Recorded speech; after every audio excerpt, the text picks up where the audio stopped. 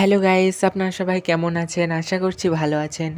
তো গাইস, আমাদের মোবাইল ফোনে ফাইল নামে একটি অ্যাপ্লিকেশন থাকে। শুধু আমাদের না, সবার প্রত্যেকের মোবাইল ফোনে ফাইল নামে একটি অ্যাপ্লিকেশন থাকে।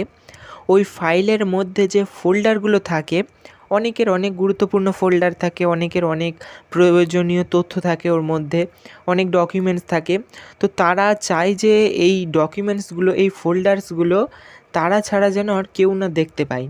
মানে তারা এক কথায় বলতে গেলে তারা এই ফোল্ডারগুলো হাইড করে রাখতে চায়, যাতে তারা ছাড়া আর কেউ যেন ফোল্ডারে ঢুকলেও এই ফোল্ডারগুলো যাতে না দেখতে পায়। আজকের এই ভিডিওটাতে আমি আপনাদেরকে দেখাবো ফাইল ম্যানেজারের ভেতরে যে ফোল্ডারগুলো থাকে, সেই গুরুত্বপূর্ণ ফোল্ডারগুলো কিভাবে খুব সহজে হাইড করে রাখবেন। অনেকের মোবাইল ফোনে সেটিংস থাকে হাইড করার, কিন্তু আবার অনেকের মোবাইল ফোনে হাইড করার সেটিংস থাকে না, আলাদা করে অ্যাপ্লিকেশন ডাউনলোড করে হাইড করতে হয়। এই ভিডিওটি সম্পূর্ণ দেখবেন, প্রথম থেকে লাস্ট পর্যন্ত দেখবেন, তাহলে পুরো বুঝে যাবেন যে কিভাবে ফোল্ডার হাইড করতে হয়। তো চলো বন্ধুরা, ভিডিওটি শুরু করা যাক। ফাইল হাইড করার জন্য, মানে ফাইলের ফোল্ডার হাইড করার জন্য সবার প্রথমে এখানে মোবাইল ফোনে ফাইল ম্যানেজার অ্যাপ্লিকেশনটি ওপেন করে নেবেন। ফাইল ম্যানেজার অ্যাপ্লিকেশনটি ওপেন করে নেবেন। ওপেন করে নেওয়ার পরে ফাইল ম্যানেজারে ফটো, ভিডিও যাই থাকুক না কেন এখানে চলে আসবে। এখানে আমি এই যে ফাইলে চলে আসলাম। ফাইলে চলে আসার পরে এখানে দেখতে পাবেন যে আমার অনেকগুলো ফোল্ডার রয়েছে, কিন্তু অনেক প্রয়োজনীয় ফোল্ডার রয়েছে। এখানে আমি এই যে উপরে দেখতে পাবেন যে ক্যামেরা নামে একটি ফোল্ডার রয়েছে, যে ক্যামেরা আপনারা দেখতে পাচ্ছেন, এই ক্যামেরা নামের এই ফোল্ডারটি কিন্তু আমি আপনাদের সামনে হাইড করে দেখাবো। এখানে হাইড করার জন্য এই ক্যামেরা ফোল্ডারটিতে জাস্ট ক্লিক করে রাখবো। রাখার পরে নিচেই দেখতে পাবেন যে মোর নামে একটি অপশান রয়েছে।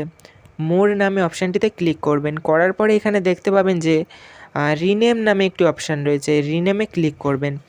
রিনেমে ক্লিক করে দেওয়ার পরে আমি কিন্তু এই ফোল্ডারের নামটা চেঞ্জ করব না, আমি জাস্ট এখানে সববার প্রথমে নিয়ে যাব। সববার প্রথমে নিয়ে যাওয়ার পরে এখানে দেখতে পাবেন যে নিচেই একটি ডট নামে একটি অপশান রয়েছে, এই ডটটাতে জাস্ট ক্লিক করবেন। এখানে জাস্ট একটি ডট দিয়ে দেবেন। দিয়ে দেওয়ার পরেই কিন্তু আপনাদের ফাইলটা হাইড হয়ে যায়নি, কিন্তু এখনও হাইড করার জন্য এখানে দেখতে পাবেন যে ওকে নামে একটি অপশান রয়েছে, ওকে নামে অপশান, এখানটিতে ক্লিক করবেন। ক্লিক করে দেওয়ার পরে এখানে নিচেই দেখতে পাবেন যে ওকে নামে আরেকটি অপশান, এখানে ক্লিক করবেন। করার পরে দেখতে পাবেন যে আমার যে ক্যামেরা অপশানটি ছিল, ক্যামেরা যে ফোল্ডারটি ছিল, সেটা কিন্তু এখানে আর দেখা যাচ্ছে না। এই জায়গাটাই ছিল, কিন্তু এখানে আর দেখা যাচ্ছে না, পুরো হাইড হয়ে গিয়েছে কিন্তু ফোল্ডারটি। এখানে দেখতে পাচ্ছেন ফাইলটা কিন্তু আর দেখাই যাচ্ছে না, ফোল্ডারটা। এখানে এই যে ফোল্ডারটি আমি হাইড করলাম, সেটি এখন কোথায় আছে আমি দেখাচ্ছি। এখানে ওপরে দেখতে পাবেন 3 লাইন, এখানে ক্লিক করবেন। করার পরে এখানে সেটিংসে ক্লিক করবেন। করার পরে এখানে উপরে দেখতে পাবেন যে শো হিডেন ফাইল, এই অপশানটি অফ থাকবে। এই অফ থাকার কারণেই কিন্তু ফোল্ডারটি হাইড হয়ে গিয়েছে। এখানে আমি যদি এই অপশানটি অন করে দিই, অন করে দেওয়ার পরে আমি এখানে ব্যাক চলে আসছি। ব্যাক চলে আসার পরে জাস্ট আমি এখানে একবার রিফ্রেশ করে নিচ্ছি।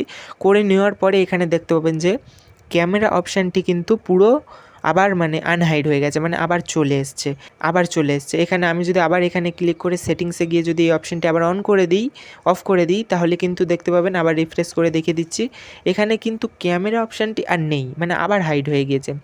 এই যে হাইড হয়ে গেল, এটা কিন্তু গ্যালারি থেকে, এই যে ফোল্ডারটির মধ্যে যা ফটো, ভিডিও ছিল, সব কিন্তু পুরো হাইড হয়ে গেছে। আপনি যদি গ্যালারিতে গিয়েও দেখেন, তাহলেও কিন্তু ফটো, ভিডিওগুলো আর খুঁজে পাবেন না।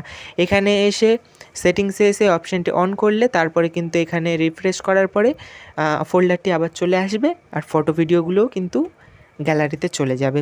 তো বন্ধুরা, এই রকমভাবে কিন্তু কোনো অ্যাপ্লিকেশনের ঝামেলা নেই, কোনো অ্যাপ্লিকেশন ছাড়াই কিন্তু খুব সহজে ফটো, ভিডিও কেন, যে কোনো ফোল্ডার হাইড করে রাখতে পারবেন। তো বন্ধুরা, আজকের এই ভিডিওটি কিন্তু আপনাদের কতটা ভালো লাগলো অবশ্যই কমেন্টে জানাবেন, আর আমাদের ভিডিওতে একটি লাইক, কমেন্ট, শেয়ার অবশ্যই করবেন, আর আমাদের এই চ্যানেলটিকে অবশ্যই সাবস্ক্রাইব করে রাখবেন। সবাই ভালো থাকবেন, সুস্থ থাকবেন, ধন্যবাদ।